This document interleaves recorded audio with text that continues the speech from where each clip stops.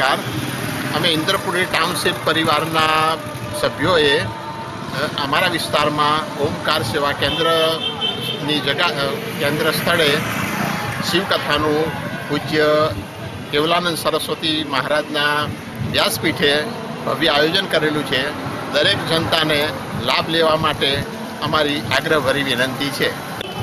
મારી પણ નમ્ર વિનંતી છે કે દરેક ભક્તો આ શિવકથાનું રસપાન કરવા માટે અમારું આમંત્રણ સ્વીકારે.